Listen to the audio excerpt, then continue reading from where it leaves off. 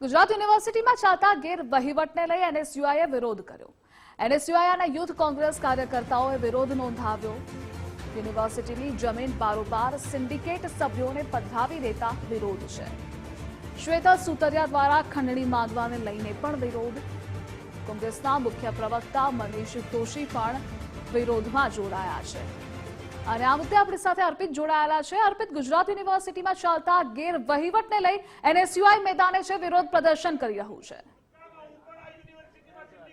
ગુજરાત યુનિવર્સિટીમાં લાંબા સમય પછી મોટા પાયે કોંગ્રેસ યુથ કોંગ્રેસ દ્વારા વિરોધ પ્રદર્શન કરવામાં આવ્યું છે. યુનિવર્સિટી લોબીમાં કાર્યકર્તાઓ પહોંચ્યા છે મોટી સંખ્યામાં. જૂના જોગીઓ પણ આ વિરોધમાં નોંધાયા છે. આરોપ અને દાવો લગાવવામાં આવી રહ્યો છે કે યુનિવર્સિટીમાં મોટો ગેરવહીવટ ચાલી રહ્યો છે. યુનિવર્સિટીની જે જમીન છે, મોટી જમીન છે, એ બારોબાર પધરાવી દેવામાં આવી છે. સાથે સાથે સિન્ડિકેટ સભ્યો દ્વારા પ્રોફેસરો પાસે ખંડણી માંગવામાં આવતી હોવાનો આરોપ પણ લગાવવામાં આવ્યો છે. અને અલગ અલગ પ્રકારના વિવિધ બેનરો સાથે અહીંયા એનએસયુઆઈ યુથ કોંગ્રેસના કાર્યકર્તાઓ વિરોધ નોંધાવવા પહોંચ્યા છે. ઇન્દ્ર વિજયસિંહ ગોહિલ છે કે જેઓ ભૂતકાળમાં યુનિવર્સિટીના સિન્ડિકેટ સભ્ય રહી ચૂક્યા છે, તેઓ પણ અહીંયા આવ્યા છે અને અલગ અલગ પ્રકારના મુદ્દાઓને લઈને આ આખો વિષય તેઓ અહીંયા મૂકી રહ્યા છે. મારી સાથે મનીષભાઈ છે, એમની સાથે પણ વાત કરીએ.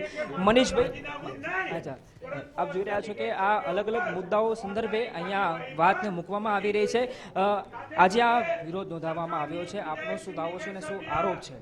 ગુજરાત કોંગ્રેસના કાર્યકારી અધ્યક્ષ ડોક્ટર ઇન્દ્ર વિજયસિંહ ગોહિલ દ્વારા આ તમામ કૌભાંડ બહાર લાવવામાં આવ્યું. ગુજરાત યુનિવર્સિટીની અંદર એફડી તોડી નાખવામાં આવી છે. બારોબાર પૈસા ક્યાં ગયા કોઈને ખબર નથી. ગુજરાત યુનિવર્સિટીમાં સિન્ડિકેટો તોડ માંગે છે, એના ઉપર કંઈ નથી. નિર્જા ગુપ્તા જાણે આ બધું વેચવા આવ્યા હોય તેવું દેખાઈ રહ્યું છે. ગુજરાત યુનિવર્સિટીને કરોડોના કૌભાંડ થઈ રહ્યા છે, પણ કુલપતિ શાંત છે. એટલે આજે એનએસયુઆઈ દ્વારા અમારા સિનિયર પૂર્વ સિન્ડિકેટ મેમ્બરો દ્વારા આજે વીસીને રજૂઆત કરવામાં આવશે. તાત્કાલિક આમાં એક્શન લેવામાં આવે.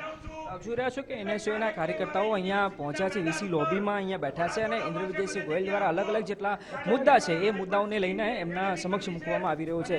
રાઇફલ શૂટિંગ ક્લબ કૌભાંડ એટલે કે આશીષ અમીન જે સિન્ડિકેટ સભ્ય છે, એમના દ્વારા યુનિવર્સિટીમાં સ્પોર્ટ્સ કોમ્પ્લેક્સમાં જે જમીન આવેલી છે એ બારોબાર એમાં શૂટિંગ ક્લબ લાવવાની પણ વાત કરવામાં આવી છે અને દાવો કરવામાં આવ્યો છે. એ લઈને પણ તેઓ વિરોધ નોંધાવી રહ્યા છે. આપ જુઓ કે મોટી સંખ્યામાં કાર્યકર્તાઓ નીચેથી જ્યારે યુનિવર્સિટી કેમ્પસમાં જ્યારે પ્રવેશ્યા ત્યારે ઢોલ નગારાની સાથે અહીંયા વિરોધ નોંધાવવા પહોંચ્યા છે અને અલગ અલગ પ્રકારના એમની સાથે એમની પાસે બેનર પણ જોવા મળી રહ્યા છે. અને આ દાવો કરવામાં આવ્યો છે કે 150 કરોડની એફડી કોણ ચાલુ કરી ગયું, એટલે કે યુનિવર્સિટી પાસે જે એફડી હતી ફિક્સ ડિપોઝિટ, એ ફિક્સ ડિપોઝિટ પણ તોડવામાં આવી હોવાનો આરોપ લગાવવામાં આવી રહ્યો છે. અને હાલ લગભગ 10થી વધારે જેટલા મુદ્દાઓ છે, એ 10થી વધારે મુદ્દાઓને લઈને ઇન્દ્ર વિજયસિંહ ગોહિલ દ્વારા અહીંયા જે કાર્યકર્તાઓ ભેગા થયા છે, કાર્યકર્તાઓ સમક્ષ વિરોધ જે વાત છે એ મૂકવામાં આવી રહી છે. એમની સાથે જે મુદ્દા છે આ ગાયનું દૂધ બહુ સારું હોય એટલે લોકો માગ્યા પૈસા એને આપતા હોય છે, પરંતુ ગુજરાત યુનિવર્સિટીમાં કોઈ પણ કામકાજમાં ન આવે એવી ગાયોને બેફામ પૈસા ગુજરાત યુનિવર્સિટી દ્વારા આપવામાં આવે. એમાં જીયુસેક એટલે કે સ્ટાર્ટઅપ અને એન્ટરપ્રેન્યોરશિપ કાઉન્સિલની અંદર શ્રી શ્રીનિવાસ રેડ્ડીને 5 લાખ રૂપિયાના મહિને પગાર ઉપર રાખવામાં આવ્યા છે. વિશ્વનાથ અધિકારીને 2.5 લાખ રૂપિયાના પગારે યુનિવર્સિટીમાં રાખવામાં આવ્યા છે.